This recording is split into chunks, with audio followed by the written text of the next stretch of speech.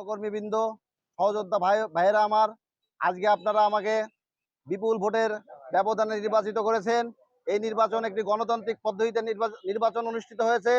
এখানে আমাদের যে কয়টি আইন শৃঙ্খলা বাহিনী উইংস তারা উপস্থিত ছিলেন, শ্রম পরিচালকের দপ্তরের দুজন কর্মকর্তা উপস্থিত ছিলেন এবং সর্বোপরি আমাদের সিটি কর্পোরেশনের মাননীয় মেয়র মহোদয়, খুলনা জেলা আওয়ামী লীগের সাধারণ সম্পাদক, খুলনা মহানগর আওয়ামী লীগের সাধারণ সম্পাদক সহ বিভিন্ন অবজারভার এখানে আসছেন, পরিদর্শন করছেন। পরিদর্শন লিপিতে তারা সই করছেন, তারা তাদের মতামত ব্যক্ত করেছেন। আমি কৃতজ্ঞতা জানাচ্ছি এই সাংবাদিক ইউনিয়নের সকল সদস্যকে, যারা এই আজকের যে আবহাওয়া, এই আবহাওয়াকে উপেক্ষা করে তারা ভোট দিতে এসেছেন। আমি কৃতজ্ঞতা প্রকাশ করছি বাংলাদেশ ফেডারেল সাংবাদিক ইউনিয়নের সভাপতির কাছে, যিনি তার প্রতিনিধি পাঠিয়েছেন বিএফইউদের। আমাদের ভাইস প্রেসিডেন্ট তিনি এসছেন অবজারভার হিসেবে। আমাদের এখানে কুষ্টিয়া সাংবাদিক ইউনিয়নের প্রেসিডেন্ট এসেছেন, সেক্রেটারি এসেছেন। আমাদের যশোর সাংবাদিক ইউনিয়নের শ্রদ্ধাভাজন সভাপতি সাধারণ সম্পাদক এসেছেন বরিশাল সাংবাদিক ইউনিয়নের সভাপতি সাধারণ সম্পাদক।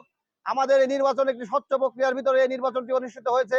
আমরা আমাদের কাঙ্ক্ষিত লক্ষ্যে তখনই আমরা পৌঁছাবো যখন আমরা এই ইউনিয়নকে আমরা পেশাদারিত্বের জায়গায় নিতে পারবো, পেশাদার সাংবাদিকদেরকে অন্তর্ভুক্ত করতে পারবো, অপেশাদারদেরকে বিতাড়িত করতে পারবো।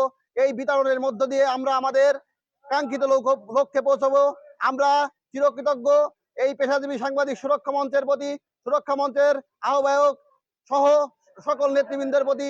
তারা যে অক্লান্ত পরিশ্রম করেছেন এই ভোটারদের এই বৈরী আবহাওয়ার ভিতরে বিভিন্ন হুমকি ধামকি দেওয়া সত্ত্বেও 64 জন ভোটার আমাদের ভোটাধিকার প্রয়োগ করেছেন। অনেককে পথে আটকানো হয়েছে, অনেককে চাকরিচ্যুত করার হুমকি দেওয়া হয়েছে। একটা কথা মনে রাখবেন, রিজিকের মালিক আল্লাহ, কারো রিজিক কেউ দিতে পারে না, কারো রিজিক কেউ নিতেও পারে না।